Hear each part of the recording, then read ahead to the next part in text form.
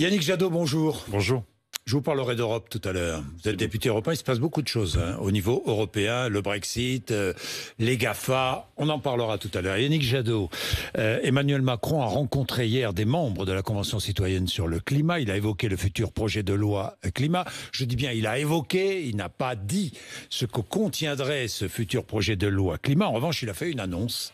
Il souhaite l'organisation d'un référendum pour inscrire dans la Constitution la défense du climat, la défense de la biodiversité et la lutte contre le réchauffement, le dérèglement climatique. Vous approuvez cette initiative ou pas ? Le président de la République s'est servi d'une innovation extraordinaire, de la Convention citoyenne. 150 citoyens qui travaillent pendant des mois, qui s'approprient les sujets, qui font des propositions extrêmement précises. Il s'est servi de cette Convention citoyenne pour reporter toutes les décisions. Alors, la question du référendum. Nous reviendrons sur ce qu'il a dit ou ce qu'il n'a pas dit. S'il vous plaît. Hier soir. La question du référendum, je soutiendrai ce référendum. C'est un combat des écologistes depuis longtemps. Ça fait des années que nous réclamons que la Constitution protège davantage le climat, la biodiversité, qu'on évite en permanence de régresser. Mais quel constat ? Ce président de la République va proposer à l'Assemblée, au Sénat et aux Français, probablement pendant la campagne électorale, on voit une forme d'opportunisme, mais il va proposer... Un an avant l'élection présidentielle, il va proposer, donc en mars-avril 2021. Voilà. Déjà, dans quelques semaines. Comme par hasard. Mais il va proposer d'inscrire dans la Constitution le fait qu'on ne puisse plus passer des lois qui sont des lois de régression. Comme si lui-même avait fait le constat que pendant ce quinquennat, il n'a fait que passer des lois de régression et de renoncement. Les néonicotinoïdes, le glyphosate, les pesticides et l'agriculture de circuit court et bio. La transition énergétique. Vous voyez dans la presse en permanence les acteurs de la filière du photovoltaïque, des dizaines de milliers d'emplois. Les acteurs de la filière de l'éolien, des dizaines de milliers d'emplois qui hurlent leur désespoir face à un gouvernement qui ne veut pas les aider. Les artisans du bâtiment, les PME, qui demandent aussi qu'on soit beaucoup plus ambitieux. Et en fait, implicitement, le président Macron reconnaît que lui-même, au lieu d'accélérer, comme lui réclament tous les experts, toutes les entreprises, tous les citoyens, au lieu d'accélérer, il reconnaît lui-même qu'il n'a fait que renoncer, que régresser, que procrastiner. C'est un coup politique ? C'est quoi ? C'est un coup politique ? C'est un coup politique construit sur une bonne mesure. Vous allez approuver. Voilà. Mais parce que le climat... encore faut-il que le Sénat, vous avez parfaitement raison, majorité de droite, joue le jeu. C'est terrible parce que quand vous regardez l'émission hier, quand vous regardez cette rencontre, vous avez une sorte de mélange d'autosatisfaction. Vous avez des ministres qui planent totalement et un président de la République qui dit « Oh là là, moi ça je le renvoie à l'Europe, ça je le renvoie plus tard. » Ou pour le référendum, au fond je le renvoie au Sénat. La responsabilité d'agir. On a eu la vallée de la Vésubie. On a les incendies, les sécheresses, les canicules. On a, encore une fois, des chercheurs, des citoyens, des jeunes, des entreprises qui n'attendent qu'une chose, qu'on accélère la transition écologique, parce que ça crée de l'emploi, parce que ça relocalise l'économie, parce que ça réaménage nos territoires, et notamment ceux qui aujourd'hui n'ont plus d'activité économique, plus d'emploi, plus de services publics. Yannick Jadot, et il sera resté toujours à côté de cette route. C'est terrible. S'il y a référendum, vous voterez oui ? Mais je ferai campagne pour le oui. Je ferai campagne pour lui. Je ne vais pas me déjuger parce que le président de la République fait de la communication. Le référendum risque d'être un référendum pour ou contre Emmanuel Macron. Eh bien, c'est là qu'est tout le cynisme, tout l'opportunisme d'un président de la République qui n'a jamais fait de l'écologie qu'un slogan, qu'une promesse trahie, que des renoncements et maintenant un coup politique. Oui, il faut que la Constitution protège davantage le climat. Mais franchement, faire du climat un coup politique, c'est vraiment pas à la hauteur des enjeux. C'est malheureusement totalement représentatif de ce quinquennat. Dans le plan de relance, plus de 100 milliards d'euros, 30 milliards d'euros. Mais ils sont où, Monsieur Bourdin, ces 30 milliards? Vous les connaissez, vous? Non, mais j'ai vu le Haut Conseil pour le climat qui approuve certaines mesures. Je dis bien certaines, hein, qui est d'ailleurs un peu dubitatif sur d'autres mesures. On est bien d'accord. 28 milliards d'euros consacrés à la relance écologique. Mais on les attend, Monsieur Bourdin. Oui. Ce que dit le Haut Conseil sur le climat, j'ai lu ce matin. La France en queue de peloton. Sur la rénovation thermique des logements privés et sur les énergies renouvelables. Vous vous rendez compte que sous cette grosse moitié de quinquennat, on a plus de familles en situation de précarité énergétique qu'au début du quinquennat. Est-ce qu'il faut obliger chacun d'entre nous à rénover son logement? Il faut obliger les propriétaires, quand il y a changement de bail, à rénover. Mais attention, mais tout l'enjeu, mais tout l'enjeu et pourquoi nous soutenons un grand investissement public de la rénovation thermique. Avec les fonds européens, l'Europe y est prête. Avec les fonds français, les artisans ont le pied à l'étrier. Ils n'attendent que ça. Évidemment qu'il faut du soutien public, mais c'est un investissement public extrêmement rentable. Aujourd'hui, un pays comme la France emprunte quasiment à 0% sur 30-40 ans.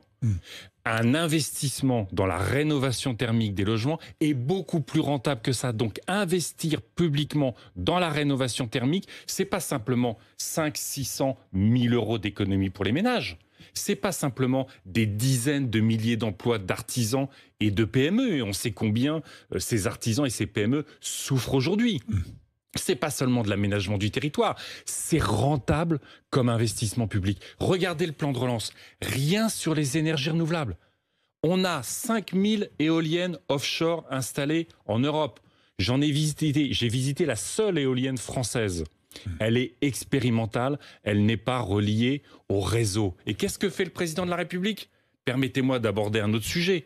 Il est en train de démanteler EDF. Les éoliennes. Il démantèle EDF. Il y a tant de recours contre l'installation des éoliennes, souvent d'écologistes. Mais non, vous avez aujourd'hui sur l'éolien offshore, ça fait des dizaines, ça fait 15 ans qu'on attend de monter des fermes éoliennes offshore. C'est une énergie aujourd'hui qui est quasiment plus intermittente. Est-ce que on a des emplois sur tout notre littoral.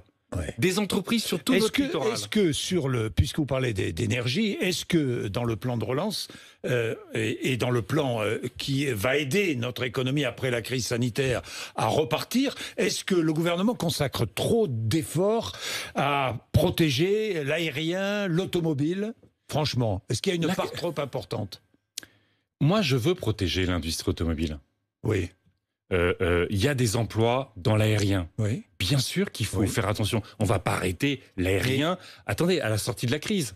Mais on a mis des milliards après la crise de 2008. En 10 ans, on a continué à délocaliser, à fermer les usines. On a perdu 25% des emplois dans l'automobile. Aujourd'hui, si vous regardez la situation internationale, Tesla, 500 milliards d'euros de capitalisation boursière. Tesla, c'est plus que les 10 constructeurs automobiles suivants. 500 milliards, Renault, c'est 12 milliards. 500 milliards, c'est évidemment les ruptures technologiques. Et on a, aujourd'hui, qu'est-ce qu'on nous raconte? On a qu'il faut continuer à soutenir l'industrie automobile pour faire à peu près la même chose, alors que c'est un secteur qui est en train de se révolutionner. Moi, je ne veux pas, Monsieur Bourdin, que demain, la voiture dont on aura toujours besoin soit une voiture où le software, c'est Google, qui soit une voiture produite en Chine. Moi, je veux des constructeurs automobiles européens. Je veux des constructeurs automobiles français. Il y a déjà des initiatives pour construire des usines de batteries européennes. Et tant mieux. Je me bats pour ça. Alors, mais regardez la transition. Enfin, c'est important. Si on prend un autre exemple. Allez-y. Enel, qui est l'EDF des Italiens. Ils ont choisi d'aller vers le renouvelable, vers l'efficacité, vers la rénovation dont nous parlons. En 5 ans, la capitalisation boursière, donc ce que vaut cette entreprise, a doublé, parce qu'ils ont fait ce choix-là. Enel va investir 160 milliards d'euros sur les énergies renouvelables, 40 milliards en 3 ans. À l'inverse, sur la même période, EDF, sa valeur a été réduite par 2. Parce que, et on a ce mur d'investissement sur le nucléaire, et on a un président de la République qui est en train de casser EDF. Le projet Hercule, c'est casser un des joyaux du service public à la française. C'est EDF que le président de la République est en train de conduire à la faillite. On va privatiser toutes les activités rentables d'EDF sur le renouvelable. Vous vous rendez compte qu'on va privatiser nos barrages hydroélectriques? C'est un fleuron de notre économie. C'est un fleuron de notre patrimoine. C'est la gestion de l'eau. C'est des infrastructures extrêmement risquées dont il faut prendre soin. C'est l'eau pour les paysans et pour la nature. Donc l'avenir, Yannick Jadot, L'avenir, ça n'est pas l'économie d'avant. C'est comme si je vous disais, ce n'est pas vive l'ORTF. Alors, je vais vous poser une question directe, puisque il y a débat au sein même des écologistes. Est-ce que la 5G, c'est l'avenir? On a une rupture technologique incontestable. Oui. Cette rupture technologique, moi, pour ma part, je pense qu'elle se déploiera. Oui. Parce que c'est une elle a rupture commencé à se déployer. 150 communes. Mais moi, en France, c'est des communes qui sont encore réticentes, avec des moratoires. Est-ce que vous comprenez? Est-ce que vous comprenez les moratoires? Oui. Mais pourquoi? Pourquoi? Parce que pour prendre du retard au niveau européen. Pas pour prendre du retard, au contraire. Pour faire le bon déploiement. Parce qu'il y a un débat public. C'est quand même extraordinaire. Hier, le président de la République a dit l'inverse de ce que disent ses ministres depuis des mois. Il dit, mais la 5G, c'est pas pour les citoyens comme vous et moi. C'est pour produire des biens, c'est pour produire des services. C'est un levier industriel. Tant mieux, c'est ce que je dis depuis des mois. Mais ce serait bien que les Français en aient conscience, puisqu'on leur vend une révolution. 2, on attend des études de l'ANSES et de l'impact sur le climat. Oui. Pour ma part, Printemps on ne 2021, le résultat de ces études. On ne peut plus déployer une technologie sans penser son impact sur le climat. Troisièmement, prendre du retard par rapport à tous les pays européens. Au contraire. Ah bon? Moi, ce dont j'ai envie, c'est que... Dernier pays européen sur le mobile, la France bientôt? Sur les technologies de ce type, moi je veux un géant européen. Vous savez que j'en discute régulièrement avec le commissaire Breton. Nokia, Ericsson sont des entreprises. Bien sûr, moi je veux virer Huawei d'Europe. Je ne vais pas vous raconter d'histoire. Sur une technologie aussi avancée, où il va y avoir toutes les données sur notre vie privée, sur nos industries, sur notre défense, sur la santé. Je ne veux pas que ce soit un opérateur chinois contrôlé par l'État chinois. Parce que qu'est-ce qui va nous arriver après ? On regardera les massacres de Ouïghours sans lever le petit doigt. Déjà qu'on ne fait pas grand-chose contre la dictature en Chine. Eh bien, si les Chinois contrôlent nos données, ce sera une catastrophe pour notre souveraineté économique et démocratique. À noter que l'Europe est unie. Il y a aujourd'hui un moment important, avec la présentation du plan européen. C'est très bien. Sur le numérique. On se bat tous contre la haine en ligne. On veut responsabiliser les GAFA juridiquement. Et ben, ce que porte le commissaire Breton, c'est effectivement bien sûr, la capacité européenne à réguler les GAFA, à les rendre responsables, à les sanctionner et potentiellement à casser le monopole qu'ils sont en train d'avoir sur toute notre économie, sur toutes nos données personnelles, et c'est pas sain pour notre économy ni pour notre démocratie. Oui, mais Yannick Jadot, vous savez bien qu'il y a des courants au sein de l'écologie politique, notamment de votre mouvement. Il y avait sur la vaccination, sur la 5G, il y a débat sur la vaccination, il y a eu débat, il y a moins aujourd'hui. Vous regrettez au passage d'avoir dit que vous étiez favorable à la vaccination obligatoire? Vous avez fait une bêtise? Non. Vous avez dit une bêtise? Non, parce que... on m'interroge sur la vaccination, est-ce qu'elle doit être obligatoire? On a encore des centaines de morts dans notre pays, liés à la pandémie. Vous avez vu le retard dans les soins non-Covid. On a des morts parce que les gens ne se soignent plus, parce qu'ils n'ont pas accès à la réanimation, parce qu'ils n'ont pas accès à des opérations. C'est moins vrai aujourd'hui, mais... les statistiques sur les retards dans les hôpitaux qui se sont accumulés sont absolument dramatiques. On a des files d'attente, Monsieur Bourdin, pour récupérer des colis alimentaires. On a des artisans dont les entreprises sont en train de crever. On a une explosion de la paupérisation, de la précarité, des envies suicidaires chez les jeunes, dont on voit le mépris du gouvernement qui n'arrive même pas à annoncer une reprise des universités ou des écoles. Eh ben, je dis que dans cette situation-là, on ne peut pas rester confiné ad vitam aeternam. Et qu'à un moment donné, dernier ressort, bien sûr qu'il faut créer de l'adhésion. On se bat au Parlement européen pour la transparence des contrats entre la Commission européenne et les laboratoires. Évidemment, il faut contrôler, il faut qu'il y ait toutes les autorisations, il faut qu'il y ait de la pharmacovigilance, il faut contrôler tout ça. Mais à un moment donné, il faut qu'on sorte de ce confinement. Est-ce qu'il faut que la France vaccine, l'Europe vaccine vite maintenant? Eh ben, il va falloir que les autorisations européennes vont arriver. Eh ben, c'est une bonne nouvelle. Qu'elles arrivent vite. Qu'elles arrivent vite, mais qu'on laisse les autorisations, parce qu'on doit recréer la confiance. Donc, vous avez confiance dans les instances européennes, bien sûr, et les instances nationales, et les instances nationales. Vous avez confiance. Nous demandons la transparence absolue sur ces vaccins, parce que reconnaissons que ces laboratoires ont été les pires porteurs de l'adhésion à la vaccination. Ils n'ont fait qu'afficher des milliards. Ils ont eu des chercheurs qui ont fait un boulot extraordinaire d'aller aussi vite. Mais les porte-paroles, les patrons de ces entreprises n'ont fait qu'afficher des milliards de dollars liés à la découverte du vaccin. Et ben ça ne participe pas de l'adhésion des citoyens. Il faut que les citoyens se fassent vacciner. On doit sortir de cette situation où tout le monde déprime, où tout le monde est fatigué. Alors justement, Yannick Jadot, la situation, les fêtes approchent, couvre-feu à 20h à partir de ce soir. On n'aura plus d'autorisation à fournir dans la journée pour se déplacer. En revanche, le soir, besoin d'autorisation. Est-ce que l'épidémie est plutôt bien gérée par le gouvernement actuellement ou pas? Franchement. Moi, je regrette toujours la méthode. Quand vous avez, j'ai travaillé et je continue à travailler évidemment avec les représentants de la culture, notamment les représentants du spectacle vivant, particulièrement percutés. Aujourd'hui? Je les soutiens. Vous n'irez pas manifester. Je les soutiens. Quand ils me disent qu'ils apprennent lors de la conférence de presse de M. Castex qu'il ne va pas y avoir réouverture de la culture au 15 décembre, je trouve ça scandaleux. Quand vous avez, et je sais que vous avez reçu Roselyne Bachelot, mais franchement, conférence de presse, la culture, c'est 7 fois la valeur ajoutée de l'industrie automobile. C'est pas rien, mais c'est aussi, c'est vivant, c'est notre vie, on a besoin, c'est notre épanouissement.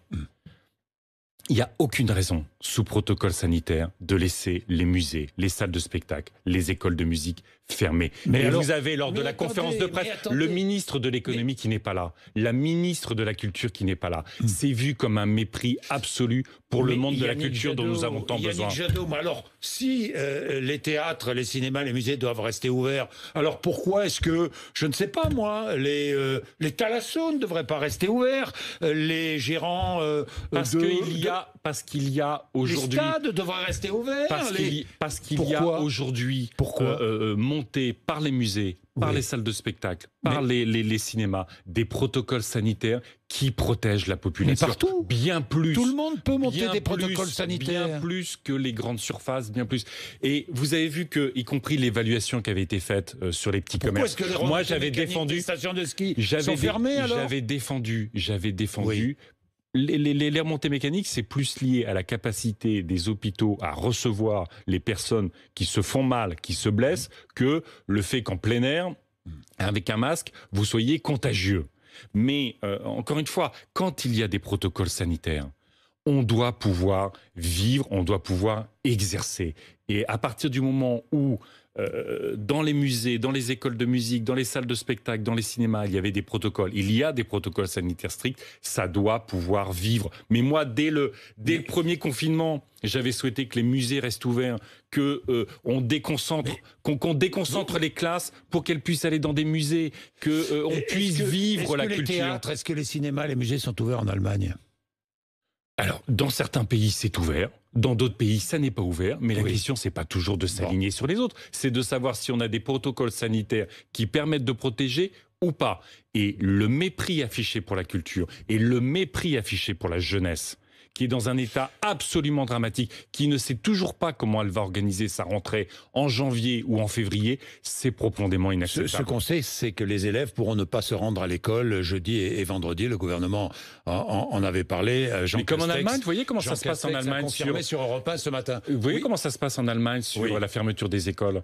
C'est on préfère quelques jours avant les vacances de Noël, on préfère que les enfants n'aillent pas à l'école, mais s'il y a des enfants qui doivent absolument aller à l'école parce que les parents ne peuvent pas les garder, eh ben les écoles restent ouvertes. Vous voyez, c'est ce qu'on appelle le pragmatisme. C'est ce qu'on appelle le pragmatisme en France, puisque les élèves pourront ne pas se rendre à l'école jeudi, vendredi, et ceux qui sont dans l'obligation d'y aller pour des raisons de garde, ça, c'est pragmatique. Iront. Eh bien ça, c'est pragmatique. Tant mieux. Commençons à être pragmatiques et faisons confiance un peu plus aux Français. J'ai une dernière question. Est-ce que vous croyez à la réélection d'Emmanuel Macron, et est-ce que finalement la crise sanitaire gérera en quelque sorte l'élection présidentielle? Il est évident qu'elle aura un impact majeur sur l'élection présidentielle parce que notre pays va se retrouver dans une situation extrêmement difficile.